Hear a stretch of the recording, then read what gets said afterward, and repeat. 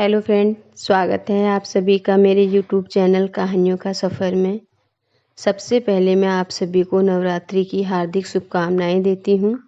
इसी के साथ आज की कहानी का आरंभ करने जा रही हूँ। श्रीधर माँ दुर्गा का परम भक्त था। वह बहुत ही गरीब था। एक बार श्रीधर को स्वप्न में माँ दुर्गा के दर्शन हुए।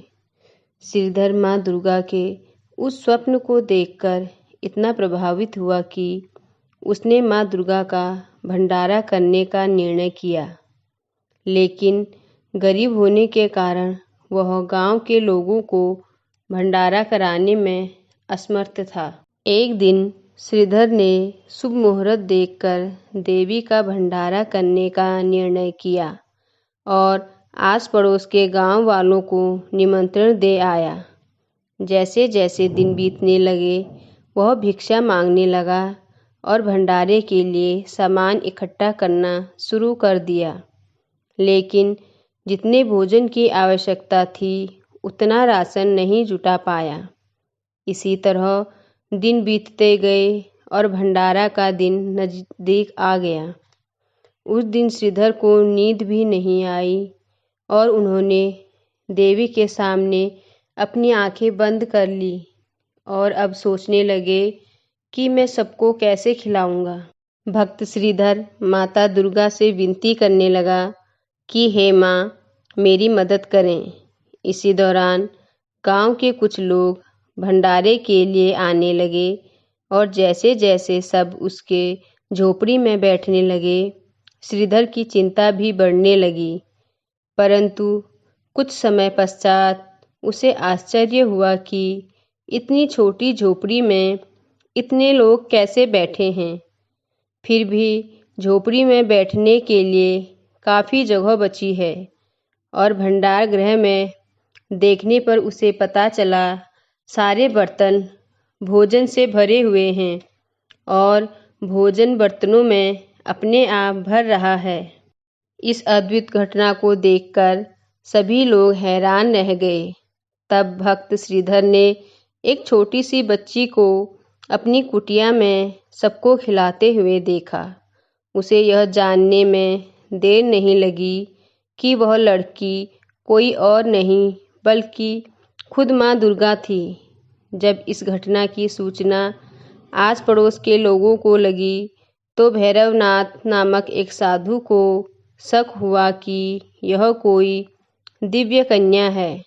उस कन्या के बारे में जानने के लिए वह साधु कन्या का पीछा करने लगा। भैरवनाथ को देख देवी तेजी से भागने लगी।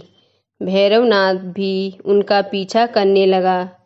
तब देवी कन्या वायु रूप में बदलकर त्रिकुटा पर्वत की ओर उड़ चली। ऐसी मान्यता भी है कि जब देवी भैरवनाथ से बचकर जा रहे थे तो भगवान हनुमान जी उनकी रक्षा के लिए भैरवनाथ से लड़ने लगे। तभी पवन पुत्र हनुमान को प्यास लगी तो माता से आग्रह करने पर माता ने धनुष द्वारा पहाड़ पर बाण चलाकर जल प्रकट किया और उसी जल में अपने केश धोए। जब देवी भागते भागते थक गई तो एक स्थान पर रुककर पीछे मुड़कर भैरवनाथ को देखने लगी। उसी स्थान पर माँ दुर्गा के चरणों के निशान बन गए। इस स्थान को चरण पादुका नाम से पूजा जाता है। कन्या रूपी माता ने भैरवनाथ को समझाने की बहुत कोशिश की, परंतु जब वह नहीं माना तो माता उससे बचने के लिए उसी पर्वत की गुफा में जाकर छिप गई। इस गुफा में देवी दुर्गा 9 महीने तक छिपी रही। इस गुफा के बाहर हनुमान जी ने 9 महीने तक पहरा दिया और देवी की रक्षा की। जब भैरवनाथ ने कन्या का पीछा नहीं छोड़ा तो एक साधु वहां से गुजर रहे थे। उन्होंने भी भैरवनाथ को समझाने की कोशिश की कि जिसे तुम कन्या समझ रहे हो वह जगत माता देवी दुर्गा है, परंतु भैरवनाथ ने उनकी बात नहीं मानी और उसी गुफा के बाहर 9 महीने तक खड़ा रहा। कहा जाता है कि देवी दुर्गा उस गुफा की दूसरी ओर से मार्ग बनाकर निकल गई। तभी से इस गुफा को अर्धकुमारी या आदि कुमारी और गर्भजून नाम से जाना जाता है।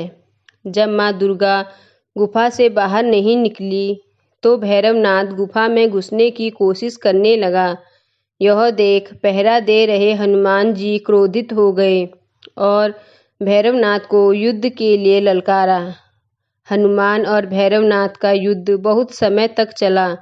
युद्ध का कोई अंत नहीं होते देख माता दुर्गा ने महाकाली का रूप धारण कर भैरवनाथ का सर धड़ से अलग कर दिया। यह भी कहा जाता है कि वध के बाद भैरवनाथ को अपनी मूर्खता पर पछतावा हुआ और वे माँ दुर्गा से माफ़ी मांगने लगे। माता वैष्णो को भैरवनाथ पर दया आती है, इसीलिए उन्होंने भैरवनाथ को माफ़ कर दिया और उन्हें पूर्व जन्म के चक्र से मुक्ति प्रदान की। इसके साथ ही भैरवनाथ को वरदान दिया कि कोई भी भक्त जो मेरे दर्शन के लिए आता है, जब वह आपके भी दर्शन करेगा तो उसे मेरे दर्शन का फल मिलेगा। तो फ्रेंड्स, आप सभी को यह कहानी कैसी लगी कमेंट में ज़रूर बताएं। माता रानी के लिए एक शेयर ज़रूर करें और कमेंट में ज़रूर लिखें जय माता की। धन्यवाद।